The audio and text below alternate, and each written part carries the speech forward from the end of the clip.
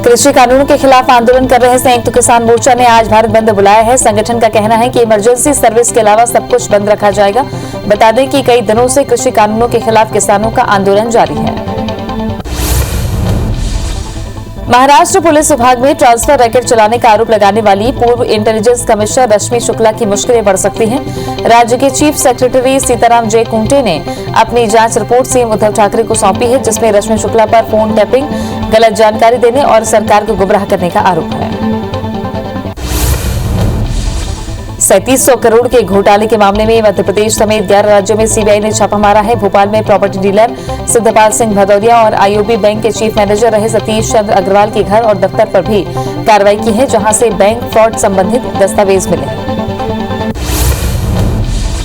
BJP ने 6 राज्यों में उपचुनावों के लिए 9 उम्मीदवारों की सूची जारी कर दी है। मध्य प्रदेश के दमोह से बीजेपी ने राहुल सिंह को अपना प्रत्याशी बनाया है। साथ ही राजस्थान के राजसमंद से दीप्ति महेश्वरी, सुजानगढ़ से खिमराम मेघवाल, सहाड़ा से रतनलाल जाट को टिकट दिया गया।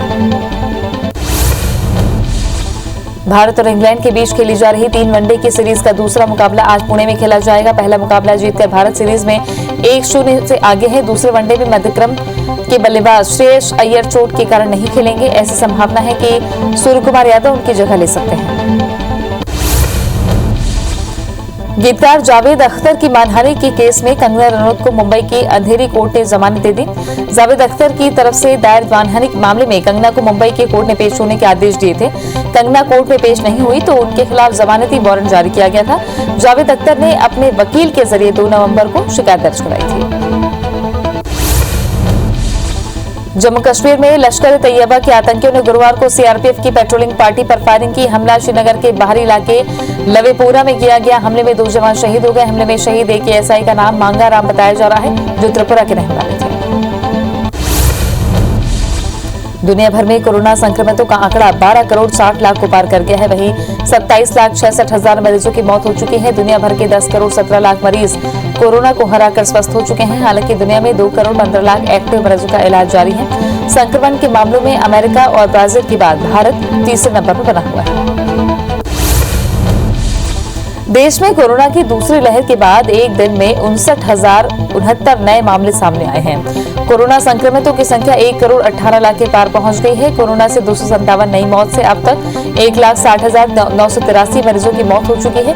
वहीं संक्रमण के मामले में भारत दुनिया में तीसरे नंबर पर पहुंच गया है। हालांकि देश में 24 घंटे में 32,912 मरीज ठीक हुए हैं। स्टेट बैंक ऑफ इंडिया की रिसर्च टीम की एक रिपोर्ट में दावा किया गया है कि देश में 15 फरवरी से कोरोना की दूसरी लहर शुरू हो चुकी है। ये लगभग 100 दिनों तक रहेगी। एसबीआई की 28 पेज की रिपोर्ट में बताया गया कि लोकल स्तर पर लॉकडाउन का कोई असर नहीं होने वाला है। अप्रैल के दूसरे पखवाड़े से लेकर मई के मध्य तक इसका पीक हो सकता है। महाराष्ट्र में 35,952 नए कोरोना मामलों से कुल आंकड़ा 26 लाख को पार कर गया। राज्य में 111 मौत से अब तक 53,795 मरीजों की मौत हो चुकी है। एक्टिव मरीजों का आंकड़ा 2,62,000 है। राज्य में 20,444 मरीज स्वस्थ हुए हैं। पुणे शहर में 6,427 और मुंबई में 5,505 नए केस मिले। मध्य प्रदेश में 24 घंटे में 1,885 नए केस मिलने से आंकड़ा 2,82,000 को पार कर गया। राज्य में 11,000 संक्रमित मरीजों का इलाज जारी है। प्रदेश में 9 मरीजों की मौत से कुल आंकड़ा 3,928 पहुंच गया है। वीकेंड लॉकडाउन के बीच भोपाल में 398 और इंदौर में 584 नए केस सामने आए। छत्तीसगढ़ में 24 घंटे में 2419 नए मरीज से आंकड़ा 3,32,000 को क्रॉस कर गया। एक्टिव केसेस का आंकड़ा 13,318 हो गया है। 15 मरीज की मौत से अब तक 4,026 लोगों की मौत हुई है। 1,020 मरीजों के डिस्चार्ज होने से कुल आंकड़ा 3,14,000 को पार कर गया है। रायपुर में 550, दुर्ग में 913, बिलासपुर में 114 नए मरीज मिले हैं। छत्तीसगढ़ में बढ़ते संक्रमण की वजह से लगाई धारा 144 और नई गाइडलाइन को देखते हुए प्रदेश बीजेपी ने अपने सभी मीटिंग, धरना प्रदर्शन, आंदोलन स्थगित कर दिए हैं। प्रदेश कार्यालय में बीजेपी सहकारिता प्रकोष्ठ की बैठक होनी थी। कोरोना की नई गाइडलाइन की वजह से अब ये बैठक आने वाले दिनों में वर्चुअली होगी। कोरोना के बढ़ते केसेस को लेकर कलेक्टर किरण कौशल ने नई गाइडलाइन कोरबा में जारी की है। होली, शब बारात, पाम संडे जैसे धार्मिक त्योहारों में प्रोटोकॉल का पालन अनिवार्य किया गया है। होली मिलन या किसी भी दूसरे प्रकार का सार्वजनिक कार्यक्रम आयोजित करने की अनुमति नहीं होगी। खजुराहो में सीएम शिवराज सिंह चौहान आज 36 साल कन्वेंशन सेंटर का लोकार्पण करेंगे। साथ ही meet in India road show का भी शुभारंभ किया जाएगा। इस दौरान पर्यटन एवं संस्कृति मंत्री प्रहलाद सिंह पटेल भी शामिल होंगे। कोरोना के बढ़ते संक्रमण को देखते हुए राज्य सरकार ने सभी छात्रों को जनरल प्रमोशन देने का निर्णय लिया है, जिस पर निजी स्कूल तैयार नहीं है और साफ इनकार किया। मामले में कैबिनेट मंत्री रविंद्र चौबे ने कहा कि राज्य सरकार ने जो आदेश दिया है उसे सभी को मानना ही पड़ेगा। छत्तीसगढ़ सरकार के निगम, मंडल, बोर्ड और आयोगों में नियुक्ति को लेकर प्रदेश कांग्रेस अध्यक्ष मोहन मरकाम का बयान सामने आया है। उन्होंने कहा है कि असम चुनाव के बाद वरिष्ठ नेताओं से इस विषय पर चर्चा होगी। संगठन और सरकार के बचे हुए पदों पर असम चुनाव के बाद नियुक्ति होगी। बिलासपुर पहुंचे वाणिज्य और उद्योग मंत्री कवासी लखमा जिला स्तरीय उद्यम और समागम कार्यशाला में शामिल हुए। इस दौरान लखमा ने पुरानी उद्योग नीति को लेकर पूर्ववर्ती बीजेपी सरकार पर निशाना साधा। लखमा ने कहा कि 15 साल तक रमन सिंह ने बार बार बाहर जाकर रोड शो करने का काम किया। सांसद अरुण साव ने लोकसभा में केंद्रीय शिक्षा मंत्री से बिलासपुर, मुंगेली और नवगठित गौरेला पेंड्रा मरवाही जिले में एक केंद्रीय विद्यालय प्रारंभ करने की मांग की है। सांसद ने कहा कि प्रधानमंत्री मोदी की सरकार ने नई शिक्षा नीति लागू करके शिक्षा को सर्वव्यापी, उपयोगी और वैज्ञानिक आधार दिया है। बीजेपी ने भूपेश सरकार को घेरने के लिए रणनीति बनाना शुरू कर दिया है। इसी के तहत बिलासपुर में भी जिला कार्य समिति की बैठक आयोजित हुई, जिसमें पूर्व मंत्री अमर अग्रवाल समेत बीजेपी के कई दिग्गज नेता शामिल हुए। जहां भूपेश सरकार की वादाखिलाफी को लेकर रणनीति बनाने को लेकर चर्चा हुई है। एमपी में भी अब एक अलग राज्य बनाने की मांग ने जोर पकड़ लिया है। बता दें कि बुंदेलखंड और बघेलखंड के 10 जिलों को मिलाकर ये राज्य बनाने की मांग की जा रही है। इसी के तहत प्रतिनिधिमंडल सतना से चलकर पन्ना पहुंचे, जहां उन्होंने प्रधानमंत्री के नाम पन्ना कलेक्टर को ज्ञापन सौंपा। अनुसूचित जाति मोर्चा के नवनिर्वाचित प्रदेश अध्यक्ष कैलाश जाटव नरसिंहपुर पहुंचे, जहां उन्होंने पार्टी कार्यकर्ताओं से मुलाकात की। इसके बाद नरसिंहपुर के पत्रकारों से रूबरू हुई। इस दौरान वे कोरोना से बचाव को लेकर बुंदेलखंडी ठेठ देसी अंदाज में बात करते दिखे। नेशनल फीस रेगुलेटरी ने देश भर के टेक्निकल यूनिवर्सिटी की कुलपति की बैठक ली। ये बैठक वीडियो कॉन्फ्रेंसिंग के जरिए हुई, जिसमें छत्तीसगढ़ के स्वामी विवेकानंद तकनीकी विश्वविद्यालय के कुलपति भी शामिल हुए। सभी राज्यों के टेक्निकल कॉलेजों में फीस रेगुलेटरी को लेकर चर्चा हुई है। महासमुंद के मोहगांव सरकारी अस्पताल में कई दिनों से ताला लटका हुआ है, जिसकी वजह से लोगों को प्राइवेट अस्पतालों में इलाज कराना पड़ रहा है, जिससे उन्हें कई तरह की परेशानी हो रही है। ग्रामीणों के मुताबिक अस्पताल का ताला कभी नहीं खुलता, जिसके चलते अस्पताल परिसर में गंदगी फैल रही है। सरगुजा के सीतापुर जिला सहकारी केंद्रीय बैंक से किसान परेशान हैं। किसानों का कहना है कि बैंक की अव्यवस्था के कारण उन्हें कई तरह की परेशानी हो रही है। बता दें कि 7 सोसाइटी के किसानों को सुविधाएं देने के लिए बैंक बनाया गया था। इधर शाखा प्रभारी ने किसानों पर ही आरोप लगाया। विदिशा के लटेरी तहसील में पदस्थ रोजगार सहायक राजेंद्र सिंह यादव के घर लोकायुक्त ने छापेमारी की, जिसमें करोड़ों की बेनामी संपत्ति सामने आई है। आय से अधिक संपत्ति के मामले में लोकायुक्त की 2 टीम ने अलग अलग जगह कार्रवाई करते हुए 2.5 से 3 करोड़ की संपत्ति का खुलासा किया है।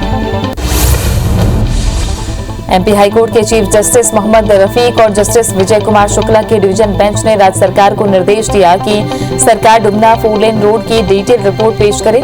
डिवीजन बेंच ने मामले की अगली सुनवाई 19 अप्रैल को रखी है। ये जनहित याचिका निकिता खम्परिया ने दायर की थी। कन्वेंशन सेंटर का लोकार्पण और मीट इंडिया रोड शो में शामिल होने के लिए 121 डेलीगेट्स खजुराहो एयरपोर्ट पहुंचे, जिनका स्वागत एमपीटी के प्रमुख सचिव ने किया। वहीं 25 डेलीगेट्स बाय रोड या ट्रेन से पहुंचेंगे। इस तरह कुल 200 डेलीगेट्स शो में शामिल होंगे और अगले 2 दिन तक मंथन करेंगे। गरियाबंद में आयुष्मान कार्ड और समस्या निवारण शिविर का आयोजन किया गया। इसके तहत शिविर में सैकड़ों लोग अपनी समस्या लेकर पहुंचे, जिनका तुरंत निराकरण किया गया। शिविर में एक विकलांग बच्चे नीलेश यादव को पालिका ने ट्राईसाइकिल भी प्रदान की। वहीं लोगों का आयुष्मान कार्ड बनाया गया। जबलपुर की रानी दुर्गावती यूनिवर्सिटी में ऑनलाइन परीक्षा की मांग को लेकर छात्रों ने जमकर प्रदर्शन किया। इस दौरान सूचना मिलते ही जिला प्रशासन के अधिकारी पुलिस बल के साथ मौके पर पहुंचे और छात्रों को समझाइश दी। छात्रों ने प्रशासन और विश्वविद्यालय प्रबंधन को ज्ञापन सौंपा। कटनी में ग्रेड सेपरेटर फ्लाईओवर के निर्माण में काम करने वाले 1000 से ज्यादा मजदूर पड़ेदिया प्लांट के गेट के सामने धरने पर बैठ गए हैं। मजदूरों का कहना है कि उन्हें 4 से 6 महीने का वेतन नहीं मिला है, जिससे नाराज कर्मचारियों ने रेलवे ओवरब्रिज का निर्माण काम बंद कर दिया है।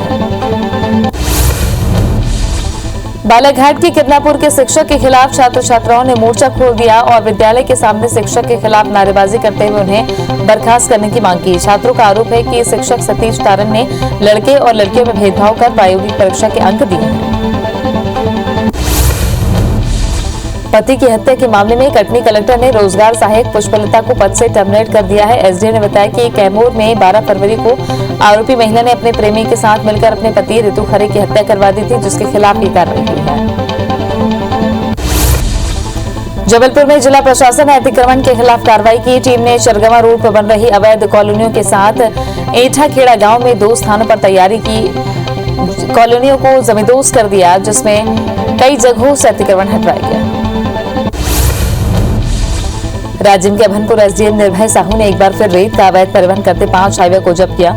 साथ ही प्रकरण को खनिज विभाग को सौंप दिया है। अभनपुर क्षेत्र में रेत के अवैध परिवहन की सूचना पर एसडीएम लगातार कार्रवाई कर रहे हैं। बता दें कि कुछ दिन पहले भी उन्होंने 7 हाईवे जब्त किए थे।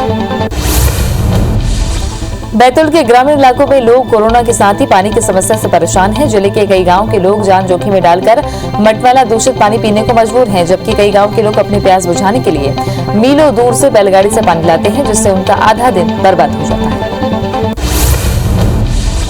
भिलाई में सुबह एक युवक का शव पेड़ पर लटका मिला। सड़क पर चलते लोगों ने शव देखा तो उन्होंने पुलिस को सूचना दी। मौके पर पहुंची पुलिस ने शव को नीचे उतारकर पोस्टमार्टम के लिए भेजा।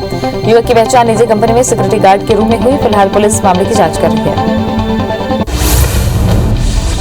जबलपुर पुलिस ने सिहोरा तहसील में न्यायालय के बाहर एडवोकेट सूर्यभान सिंह को दिन दहाड़े गोली मारने वाले हमलावरों को गिरफ्तार किया। पुलिस के मुताबिक आरोपियों ने पुरानी रंजिश का बदला लेने के मकसद से वकील को गोली मार दी थी। पुलिस ने आरोपियों के कब्जे से घटना में प्रयुक्त कट्टा, 2 कारतूस, गाड़ी और 3 मोबाइल फोन जब्त किए।